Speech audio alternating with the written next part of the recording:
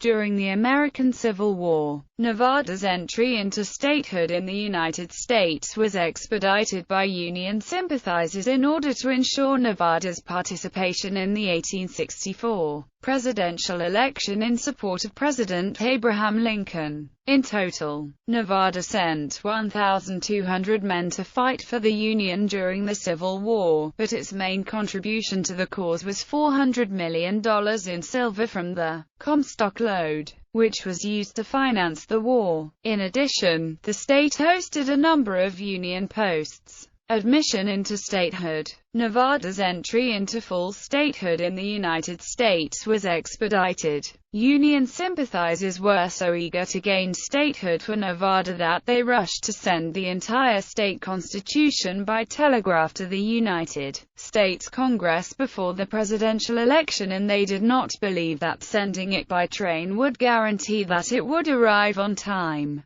The Constitution was sent October 26–27, 1864, just 2 weeks before the election on November 7, 1864. The transmission took 2 days. It consisted of 16,543 words and cost $4,303.27 to send. It was, at the time, the longest telegraph transmission ever made, a record it held for 17 years. Until her copy of the 118,000-word revised version of the New Testament was sent by telegraph on May 22, 1881. Nevada had fewer than 40,000 inhabitants when it gained statehood, far fewer than the initial population of any other state. President of the United States Abraham Lincoln wanted an additional northern state that would presumably vote for his re-election, and help force pro-Northern ideas into new amendments to the United States Constitution. Nevada volunteers. In total, Nevada sent 1,200 men to fight for the Union. In May 1863, Nevada raised a battalion of cavalry, the 1st Battalion Nevada Volunteer Cavalry. In summer of 1864, a battalion of infantry, 1st Battalion Nevada Volunteer Infantry, was mustered in. The Adjutant General of Nevada reported that since the beginning of the Civil War, 34 officers in 1,158 enlisted men had voluntarily enlisted in the service of the United States from Nevada. These troops were not used against the Southern armies, but protected the central overland route and settlements on the frontier from the Indians.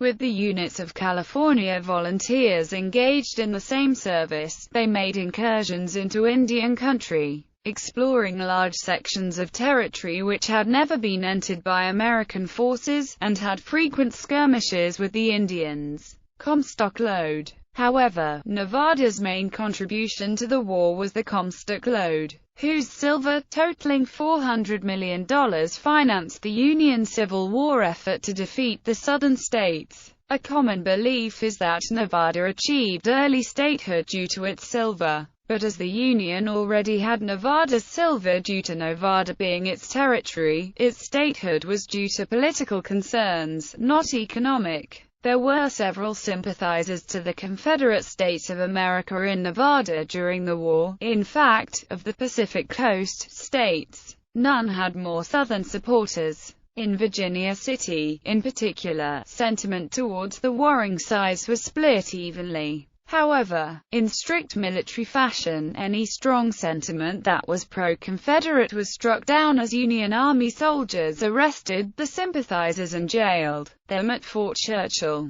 The only time a Confederate flag was flown in the state was at a Stone saloon, and defended by gunpoint by one of the saloon's owners until the owner's partner convinced him to change the flag to the United States flag before troops from Fort Churchill forced the matter, causing the commander of Fort Churchill to feel additional paranoia about pro-Confederate sympathies in mining camps. And throughout the war, Nevada would be under martial law. One organization particularly pro-Union was the Virginia City Fire Department. Many of them were originally from New York, and had strong feelings for the New York Fire Zouaves, who many had known when they lived back east. When news arrived of the Union defeat at the First Battle of Bull Run, with the New York Fire Zouaves in particular suffering heavy casualties, it was determined by the Virginia City firemen that they would book no celebrations by pro-Confederates, and they bullied any Southern sympathizer they met that day by fist and weapons. Civil War posts Nevada. Mormon Station, Nevada 1849–1910. Fort Churchill, Nevada 1860–1869. Camp Skell, Nevada 1860–1862. Fort Skelbourne, Nevada 1862–1869. Camp Nye, Nevada 1861–1865. Fort Ruby, Nevada 1862–1869. Camp Smoke Creek, Nevada 1862–1864. Camp John Glenn, Nevada. Fort Trinity, Nevada 1863–1864. Antelope Station, Nevada 1864. Fort Baker, Nevada 1864. Deep Creek Station, Nevada 1864. Quinn River Camp, Nevada 1865. Fort McDermott, Nevada 1865–1889. Fort McGrary, Nevada 1865–1868.